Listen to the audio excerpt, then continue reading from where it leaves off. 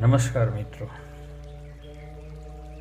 हम आज पंचतत्व और सभी शक्तियों के बारे में बात करेंगे।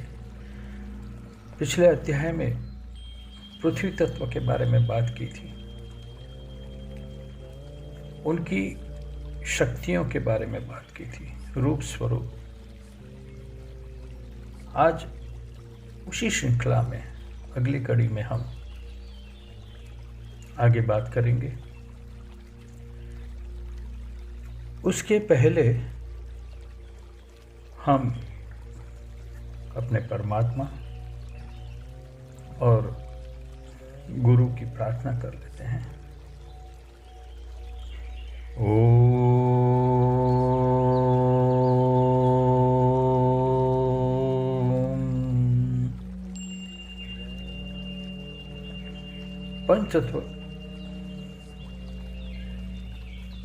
पंचतत्व के स्वरूप में सभी शक्तियों को कोटि कोटि नमस्कार। पंचतत्व स्वरूप प्राण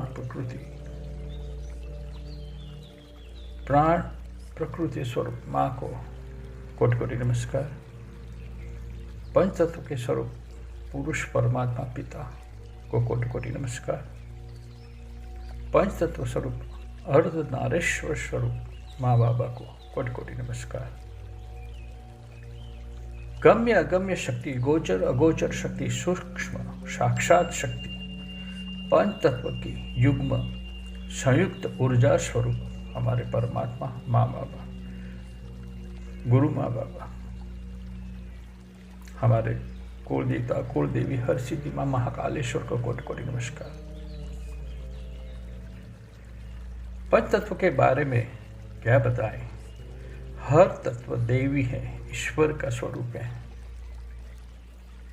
तत्व से तत्व मिले ऊर्जा उत्पन्न होती है, ऊर्जा से सृष्टि बनती है, चलती है। अगले अध्याय में पृथ्वी तत्व को बारे में बात की थी। जितनी की कम की पृथ्वी तत्व के बारे में, धरती माँ के बारे में जितना कहो सुनो लिखो कम है। हम सोचते स्मरण करते जाएंगे, इतना उनके बारे में जानने को मिलेगा, अर्थ विस्तार होता रहेगा। हमारे विचार शब्द कम पड़ जाएंगे, हमारा ज्ञान कम पड़ेगा। ये ऐसा तत्व है जिसमें शब्द, स्वरूप, स्वाद, गंध और स्पर्श है, जो हम उनका एहसास कर सकते हैं। सब जो तत्व हैं उससे ही उसमें आप देखो, पृथ्वी तत्व में फलद्रुपता है, उत्पादकता है, संवर्धन है, विकास है, सुंदरता है, अलौकिक शक्तियां हैं और स्वरूप है। स्वयं ईश्वर है, वो सजीव सक्रिय साक्षात हैं। उनमें सभी सूक्ष्म गम्य अगम्य गोचर अगोचर शक्तियां काम करती हैं। उनकी परिवर्तित शक्तियां ऊर्जा पैदा करती हैं, वो हमारी नज़र के सामने है। वही ऊर्जा से सृष्टि चलती है, सब कर्म होते हैं, फल मिलते हैं। धरती में धरबाई हुई शक्तियां बहुत हैं, कुछ हमारी जानकारी में है, कुछ नहीं। अभी संशोधन का प्रयास चालू रखना चाहिए। भौतिक और अलौकिक आध्यात्मिक उपलब्धियां जाननी बाकी हैं, मिलने की बाकी है। धरती में अगर कुछ समा जाता है, विलीन हो जाता है, वो भी मिट्टी हो जाता है। अपना स्वरूप और अस्तित्व वो नहीं रख पाता, मिट्टी हो जाता है। वो फिर कुछ भी हो, कोई भी जीव हो, मानव हो, प्राणी हो, वनस्पति हो, कोई भी सक्रिय जीवित कोई भी जीव हो, वो मिट्टी हो जाएगा, धरती में विलीन हो जाएगा। जो रूप स्वरूप और अपने अस्तित्व को खास करके मानवी की बात करते हैं, अपने धन के लिए घमंडी हो जाता है। उनको धरती माँ संदेश देती है, मैंने ही पैदा किया है, तू जितना भी बड़ा हो मिट्टी हो जाएगा।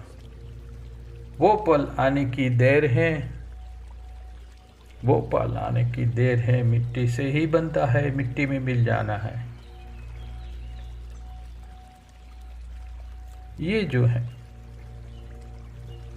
मिट्टी की कोख में सब समाये हुए हैं। हर जीव प्राणी का अस्तित्व धरती से ही है। धरती की माता से ममता से, धरती माता से ममता से निर्वहन होता है और अंत में भी मिट्टी में मिलना है। इसी धरती माँ के जो जन्म देकर पालन करती हैं और अंत में अपने में ही समेट लेती है।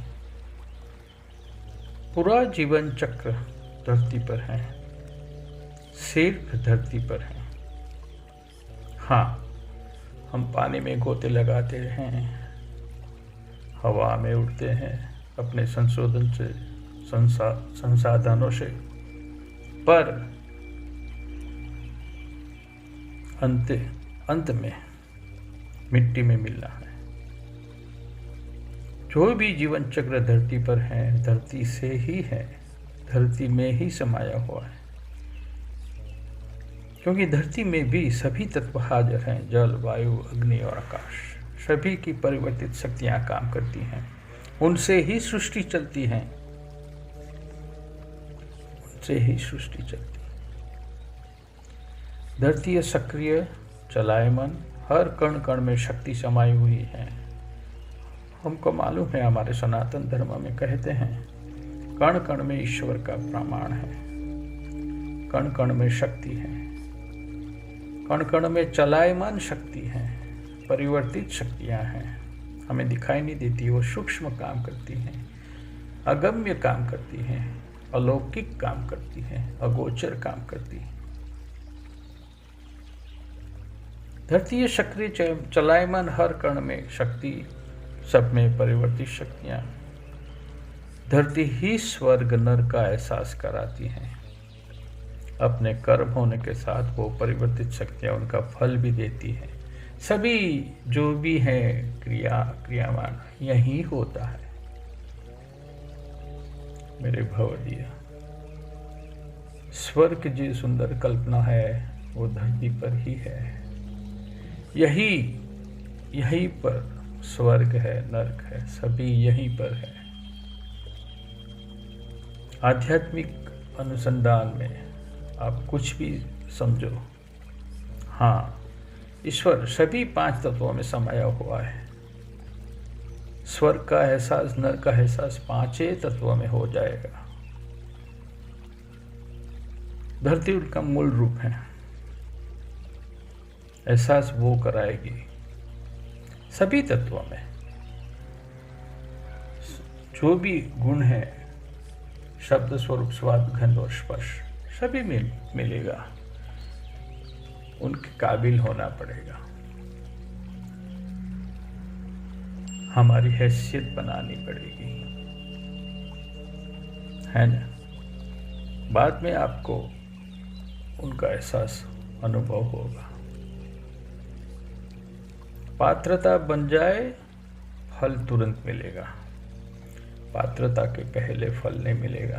धरती वही संदेश देती है, कर्म करो, पात्रता बनाओ और फल लो। जमीन को तैयार करो, बीज बो और फिर धान पाओ। ये बड़ी सोचने वाली बात है। यही सनातन सत्य है हमारा सनातन धर्म में। इसलिए धरती को माँ का सम्मान दिया है,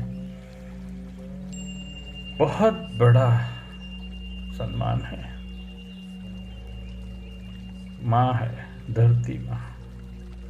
धरती पर है सब कर्म होते हैं, जो कुछ तत्काल, कुछ संचित और कुछ प्रारब्ध कर्म होते हैं, जो आपका भाग्य लिखता है।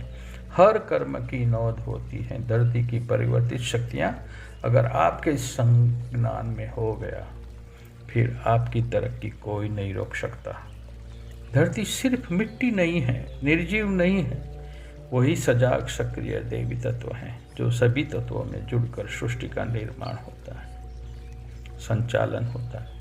सक्रिय रूप में रहकर धरती ही सृष्टि चलाती है और सभी तत्व उनके जुड़कर सभी क्रियाएं और प्रक्रियाएं में जुड़े रहते हैं। आज के अध्याय में बस इतना ही। आगे की यही श्रृंखला में आगे की कड़ी हम आगे और तत्व की बातें करेंगे। मुझे विश्वास है, मुझे आशा है आपको ये अध्याय खूब पसंद आया होगा। आपकी प्रतिक्रियाएं आप जरूर देना, मेरा हौसला बढ़ेगा। मुझे गर्व है मैं भारतीय हूँ, भारतीय संस्कृति और संस्कार से जुड़ा हुआ हूँ। मुझे गर्व है मैं हिंदू हूँ। नमस्कार।